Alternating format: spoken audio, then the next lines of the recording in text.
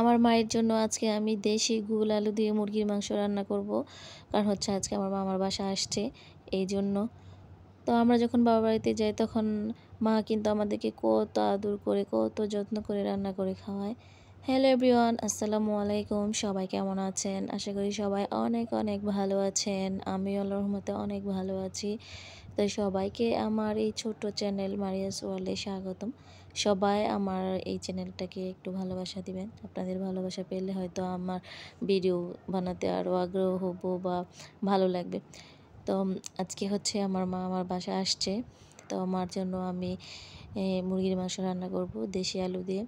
তো আমরা যখন বাবার বাড়িতে যাই তখন আমাদের মা কিন্তু আমাদেরকে কত আদর করে যত্ন করে রান্না করে খাওয়ায়। আমরা কী খাবো না খাবো, কোনটা আমাদের পছন্দ, আগে এইসব কিছু কিন্তু ভেবে রাখে যে কি খাবো না খাবো। যখন যাই তখন কিন্তু বলে যে কি খাবো, কি খেতে ইচ্ছা হয়, বা অনেক সময় জিজ্ঞেস করে যে কি পিঠা বানাবো, কি রান্না করবো, মানে সব কিছু যা যা মানে রান্না করবে সব কিছু জিজ্ঞাসা করবে। যখন রান্না করবে তখনই জিজ্ঞেস করবে যে কি খাবে না খাবে।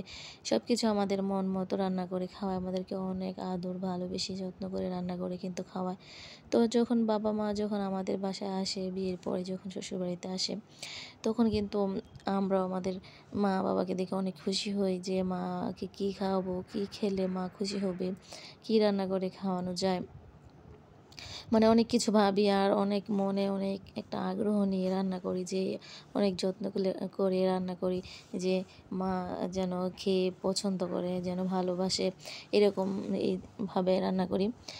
তো হচ্ছে আমি এখানে সব কিছু মশলা একসাথে দিয়ে তারপর হচ্ছে মুরগিটা দিয়ে দিয়েছি আর কি। তো একটু এখানে সরা দিয়ে ঢেকে রেখেছি। যখন একটু কষানো হয়ে যাবে তখন এর মাঝে আমি দিয়ে দিব টমেটোটা। মাংসের মাঝে টমেটোটা দিলে আমার অনেক ভালো লাগে। তো টমেটো দিয়ে দেওয়ার পরে এখন হচ্ছে দিয়ে দিয়েছি আলুগুলো আমি আগেই সিদ্ধ করে নিয়েছি, সিদ্ধ করে একদম সিলে রেখে দিয়েছিলাম। তো হচ্ছে এই যে এখন সবগুলা একসাথে সুন্দর করে কষিয়ে নিব। এখন কিছুক্ষণ পরে একটু পানি দিয়ে দিচ্ছি। এখানে বেশি পানি দেব না, অল্প পরিমাণ পানি দেব। কারণ হচ্ছে তেমন বেশি ঝোল রাখবো না, একটু ভেজা ভেজা আর কি থাকবে এরকম। তো হচ্ছে এখন হচ্ছে আমার তো ওনার নাতিনদের নিয়ে অনেক ব্যস্ত। আর আমি এদিকে হচ্ছে রান্নাঘরে একা একা রান্না করতেছি আর ভাবতেছি যে কি আমার মা খেয়ে কি পছন্দ করবে কিনা, রান্না মজা হবে কিনা, মানে কত কিছু মানে মনে মনে ভাবতেছি। তো সবাই ভালো থাকবেন, আল্লাহ হাফেজ।